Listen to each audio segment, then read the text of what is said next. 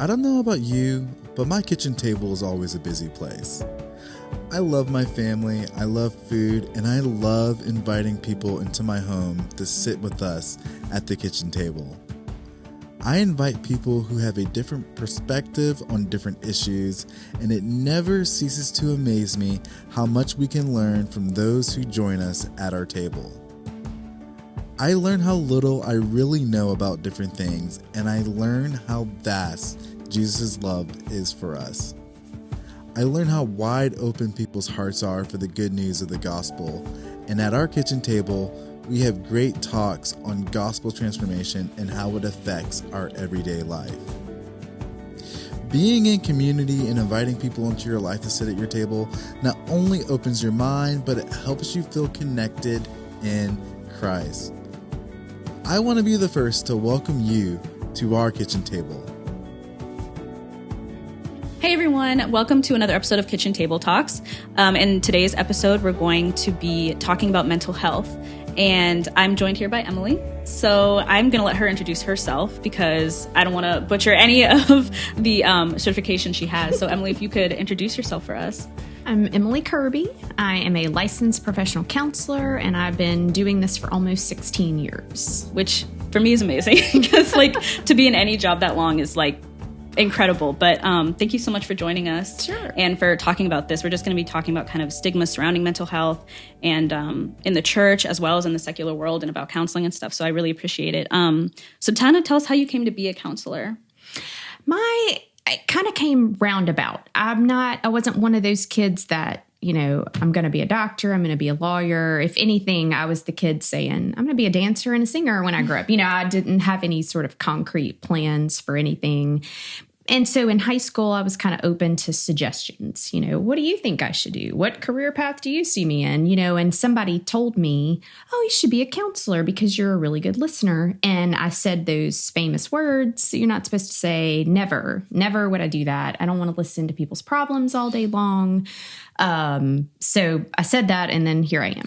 But I ended up going to LSU and majoring in mass communication with an emphasis in public relations. I wanted to do PR or marketing for a sports team. That was my goal. Well, in the middle of college, God changed that and said, nope, I want you in ministry.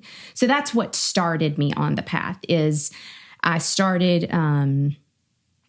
I started making plans. I finished my degree, and my dad is a pastor, and he's also used to teach at New Orleans Baptist Theological Seminary. So in my family, if you're called in ministry, you go to seminary. So that's what I did. So I started in seminary and just started with a general Master of Divinity because I didn't know what area of ministry I would be going into. I had done some youth ministry, I'd done college ministry, I'd done music ministry, but I just was like, well, I'll just get a general degree. And sitting in those classes, they were fine, but one class I had to take was pastoral counseling. And I was fascinated. I loved the class, loved the professor, just ate it up, just loved it. And I would sit in, children's ministry, missiology, some of these other general ministry classes, and I was just making a grade. It didn't, right. Yeah, those are good tips. Yeah, I'm learning a lot, but it didn't really pique my interest the way that the counseling class had. I also had friends in the counseling department. So, had just through casual conversation, learning about the program. New Orleans had an excellent counseling program at the time. They probably still do, but especially while I was there, top-notch professors, great counseling department. Also, at the same time, I had found myself depressed in my early 20s, just really struggling, probably as a lot of 20-year-olds do. I've got to make all these major life decisions. This is very overwhelming. I'm breaking away from everything that I've known. I'm going out on my own. Just a lot of the struggles that a lot of early 20 people go through. And found myself just depressed. And my parents suggested I go to counseling. So again, I was awakened to kind of a new experience. I'd never had mental health issues. I'd never really dealt with that firsthand, go into counseling. So that was another step. And so just through kind of a process of elimination, I just decided to switch into the counseling department at seminary because I liked those classes better. I liked those friends. It seemed like a really useful skill to have because, again, I said my dad was a pastor, and he would always talk about how he did so much counseling. That was so much a part of his job, and how ill-prepared most ministers are for that. And so I thought, well, you know what? Even if I'm a youth minister or I'm a women's minister, then, at least this will be a really helpful skill. So I switched. And then once I got into like those really core classes and practicums and internships, I was hooked, and I really enjoyed it, and I've never looked back. So, so this is where I am. Yeah. And kind of like a light, just enough light for the step you're on kind of a thing rather than, and that's kind of like what your 20s are anyway, right? Like, but I really like how you said that, like, through going through your own struggle, and then, you already had interest in the classes and stuff, but just kind of through your own struggle, realizing that. And also I like what you mentioned about like ministry being like, well, this is a skill to have. So many people are ill-equipped, even though they go into ministry and they might be pastors and they might be leaders. They don't know how to deal with maybe mental health issues in themselves or with other people that they're shepherding. So I really like that, you were kind of like, well, either way, I should probably have this skill, like no matter what ministry you're working in. Right. And I think that leads really well into our next question is, why do you think the church and not just the church, but the secular world in general have had such a hard time discussing mental health issues? Or, do you think there are stigmas surrounding the discussion? And maybe one of the reasons is because that we're just ill-equipped, or like, what are your thoughts on that? I think there's a ton of stigmas surrounding mental health. And I think media sometimes drives that because I can't tell you how many times I have somebody come in my office, and I've never set up these offices. I've never furnished them, but there's always a couch there. I don't know why. There's just always a couch. And I'll have people often say, do I lay down on the couch? And no I way, laugh really? Because yes, like many times. And I laugh and I say, well, sure, if you want to, but most people just sit there and we have a good laugh, and it's nice because it breaks the ice. Yeah. But it just shows you that that's all people know because that's what's portrayed in the media. Right. Even right now, there's several commercials out where sure enough, the guy's laying on the chaise lounge, you know, talking to the psychiatrist. Right. And so I think a lot of our misperceptions or our stigmas are driven by media. So, and mental health too has come a long way, just like anything else has. 10 years from now, we'll be judging COVID, differently. We'll be laughing at what we did 10 years ago, because we'll have so much more information. And I think mental health is that way too. And I know firsthand that that's true because I had a grandfather who in 1951, so 70 years ago, had witnessed a very traumatic event in his life. And he had a break with reality. Who knows what the diagnosis would be today, but back then that's what it was called. Nervous breakdown, mental breakdown. And what they did for people like that, the crazy people, he spent the rest of his life in a mental institution. So my mom grew up visiting her dad behind a locked door, like he was in prison, and he was harmless. We would never do that today to someone because we know so much more. We have medication, we have resources, we, just education basically. So I think that's part of the problem too, is that we're slowly catching up with research, with education. So I think that's one thing.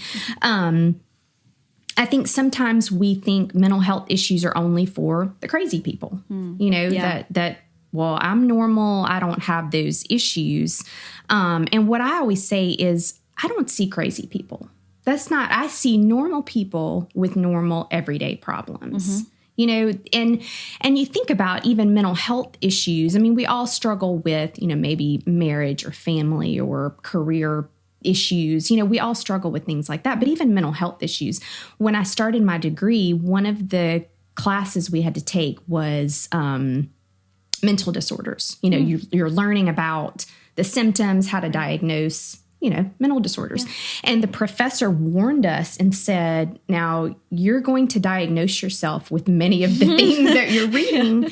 And he was saying that because mental disorders they're only normal things that we deal with, but they greatly impair your life. The line between normal and maybe a disorder is basically how much it impairs you, how much you deal with that. Anxiety, for instance. I get a little nervous when I get on an airplane. I'm like, I feel safer on the ground. Yeah. I'm looking around at the passengers, like, are any of you terrorists? You know what I mean? I'm a little nervous when I get on an airplane, but it doesn't stop me from flying. I get on, I pray, I put my headphones on or whatever, and I deal with it. But, then there's the line of, I had a friend who couldn't fly. She just couldn't. She had to drive everywhere. It really impaired her life, really stopped her from going places.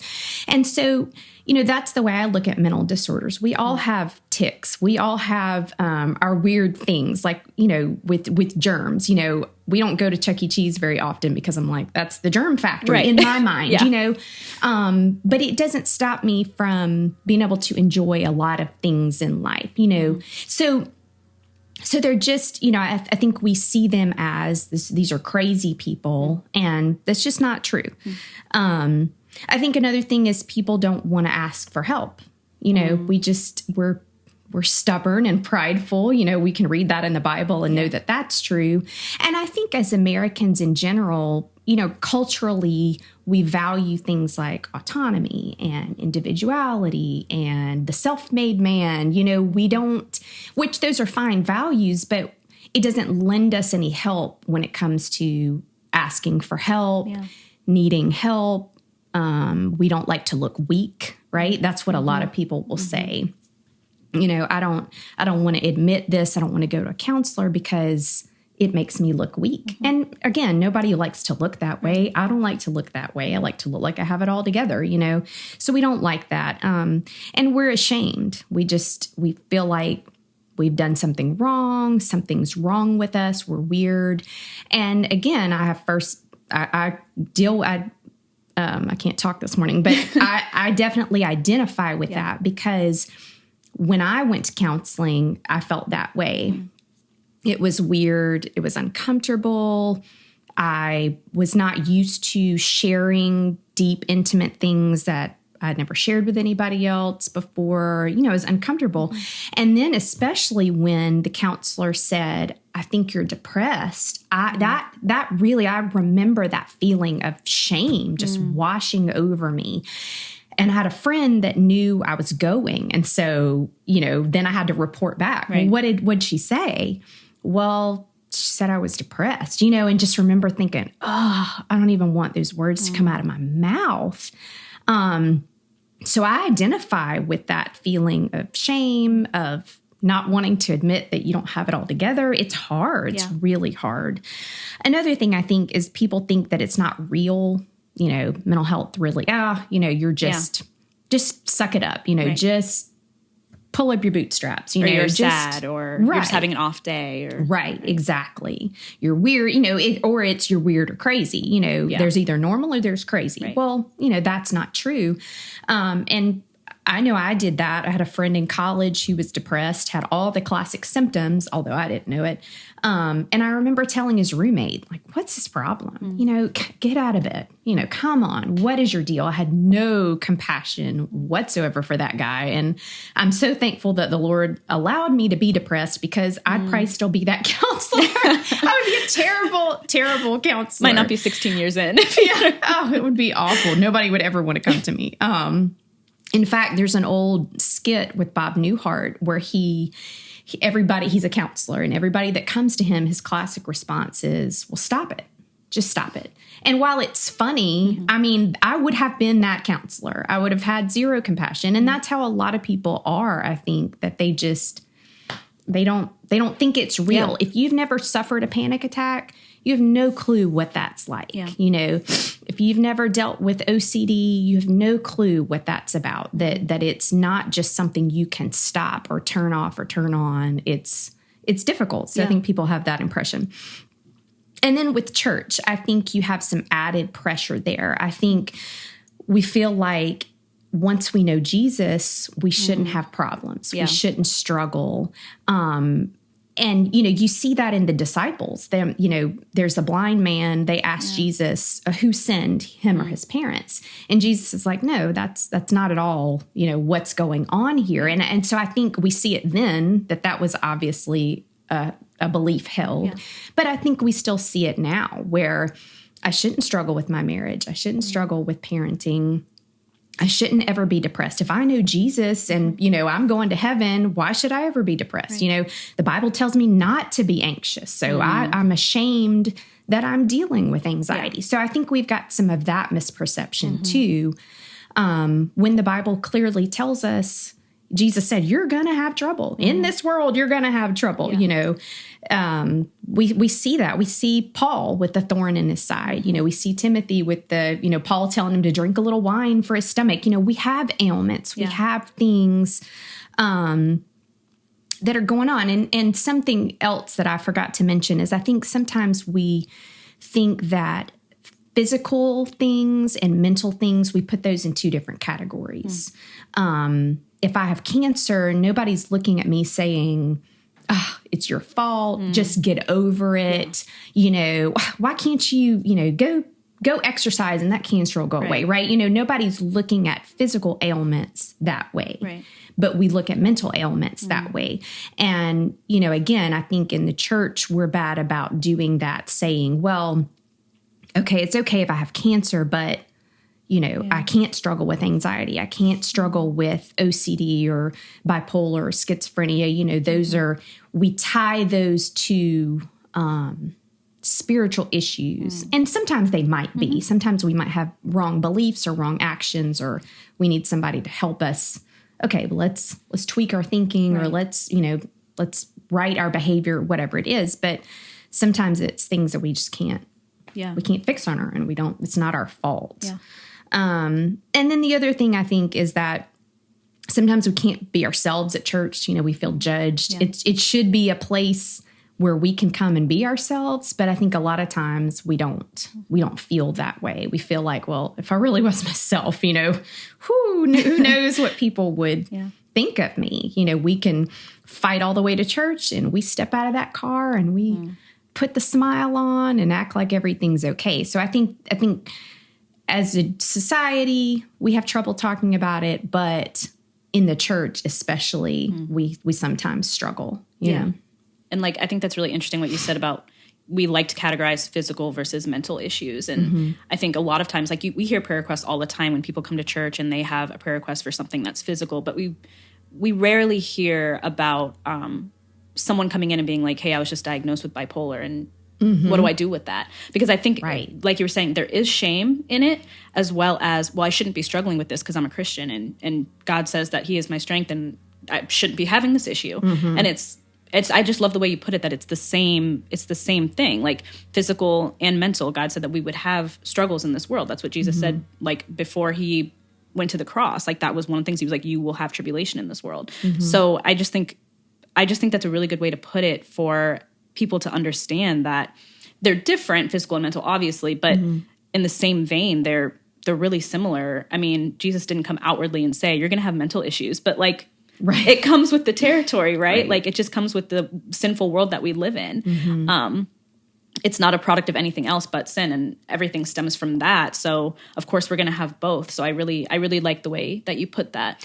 Well, and when you look at science, which I don't love, but so I'm not going to even try, but basically, when you have cancer, you have something going wrong in your body. You have a tumor, you have, whatever it is, you have something that's there that's not right. Yeah. And it's the same way with a lot of mental disorders. There's a synapse that's not firing. There's a, something that's not connecting. There's a disconnect going on somewhere. There's a chemical imbalance, but we don't want to put it in those terms. We like to put it in something's wrong with you. You did something, you're not acting right. You should just stop it, right? Or get over it. Yeah. Yeah. And people don't understand that it's, like you said, it's a chemical imbalance. I can't just get over it in the same way that you can't just poof, cancer's gone, like, Right. or I'm not sick anymore, or whatever it may be. So I really think that's interesting. And I like how you break it down like that, because once again, I think there is stigma both in the world and in the church for shame, which it's kind of funny that both, I don't want to say groups of people, but groups of people, whether you're in the church or in the secular world, experience the same emotions when they are diagnosed, or they feel that they're depressed or have anxiety disorder or whatever it may be. That shame kind of comes with both groups. And it kind of goes to show that, like, we're not all that different, when it comes to things like that. Like, everybody struggles. And like we kind of already said, but like, when you become a Christian, that's not something you're going to automatically stop struggling with. So I really like that. Yeah. And I do think there is scripture. As Christians, we certainly have an advantage that we have scripture to help us with some of those things, but it doesn't mean that you won't ever struggle. Right. You won't ever deal with that. But we do have a wealth of resources in the Bible to give us promises, to give us assurance, to help us right some behaviors or some thoughts. But yeah, it doesn't mean that you're never going to deal with it. Yeah. But you're right. We do have an advantage. Right. 100%. Well, I guess just for kind of like a last question, what are a few things that you would like to tell, I guess, Christian and non-Christian people struggling with mental health issues, like either encouragement or even practical tips or anything that helped you get through when you were diagnosed with depression in your 20s? I would say get help. Don't let pride, don't let fear, don't let stigma or being judged, don't let those things get in your way. Make an appointment, whether it's with your general practitioner, they can help. They can prescribe medication. They can steer you to a counselor, call for, if you're a Christian, I would call a Christian counselor, because obviously they're going to identify with you in a way that a secular person is not. Although, not to say that secular counselors can't be helpful or can't steer you in the right direction, but if you're a growing Christian, you probably would want to see a Christian counselor, social worker, somebody in that department. So I would say make an appointment, get help. And one thing I wanted to say is, I think if you've never been to counseling before, you probably don't know how that goes. And so I'd like to give some tips just to kind of maybe put to rest some fears people might have. Number one, it's confidential. Social workers, your doctor, we're all bound by a code of ethics that we have to keep things confidential. There are some exceptions to that, but for the most part, whatever is said in my office stays in my office. And so that's a big sigh of relief that I'm not worried that my friend or my mom or my spouse or, whoever else I may talk to is going to go say things to someone else. Right. So it's a safe place where people can come and talk about really hard things. The other thing is that we're objective, or should be. Hopefully we're objective. But, like if you go to your mom or your best friend, well, they're on your side, right? And I even have a friend, we laugh because she'll come to me and say, like, occasionally I need advice or something. And I say, well, do you want counselor Emily or do you want friend Emily? Because we're two very different people. Friend Emily is going to be, I cannot believe he said that or that happened to you, but counselors are going to be more objective. They're not seeing you in your everyday life. They're not influenced by all these other outside sources, so there's an advantage there that they're a little more objective. The other thing is that we're not shocked, so whatever you say to us, you're not rocking our world probably. I'll say to people when they'll say, oh, I'm having a really hard time telling you this. And I'll say to people, whatever you tell me, I've probably heard before. And if not, it's not going to shock me. Right. We're kind of jaded people, where it's kind of like the funeral home director is, like, oh, it's death. Okay, here's a body. Like they're unfazed. We're kind of like that. And so that helps too. It helps the fear, I think, where you're, if you can look at someone and they can keep a straight face rather than, it's different. It helps. Yeah. And the other thing is you're not going to be judged because of that, because we've heard a lot, seen a lot. Okay, sure. And again, we have different perceptions about mental health than somebody that doesn't work in our field. So we're not going to judge you. We're not going to think you're terrible or horrible. And on kind of the flip side of that is hopefully a counselor will let you know you're normal. and you're not alone. I think that's a huge thing too, is to know that you're not alone. I can see visibly sometimes in one of my clients' faces when I say, oh, yeah, I've thought that before, or, oh, I've struggled with that before, or, oh, I have lots of clients that have said that before. You know, you can just see this sigh of relief, like, oh, I'm not crazy. Yeah. I'm not the only one that deals with this. So I think that's huge as well. That's awesome. I mean, all of that is, I think, super helpful for people who maybe have never even struggled with mental health before until maybe this past year with COVID and everything. I don't think people realized, you know, how impacted they were until looking back and being like, yeah, maybe I should have seen someone about that, or maybe I should see somebody about that. So that was all like really, really great. And I think it's all really helpful going into, well, we're, you know, in March now, but continuing in 2021, and hopefully people, you know, like watch this video and get something out of it. I think they will, because everything you said was really fantastic. And that if they need help, they go get it. And, you know, stigma and shame aside. And like what you said when you talk to clients and saying that, like, oh yeah, I've heard that before. It's not a shock. Like everyone goes through this. I think it's just the more we talk about it and the more that people like you come on and talk about it and kind of dispel all the stigma around it in the church and in the secular world, the better off we are. So thank you so much for joining us today. I want to end with a stat that kind of goes along with what we're talking about. I read where 20% of Americans are struggling with a mental disorder, and that can range from mild to severe, but that's a lot of people. Yeah. And so, you know, if we were all more willing to share, we probably would realize that we're not alone and that a lot of people deal with it. So, so it is an issue. It is something people struggle with, even whether we talk about it or not. Yeah. So that's awesome. Thank you so much for coming on. Sure.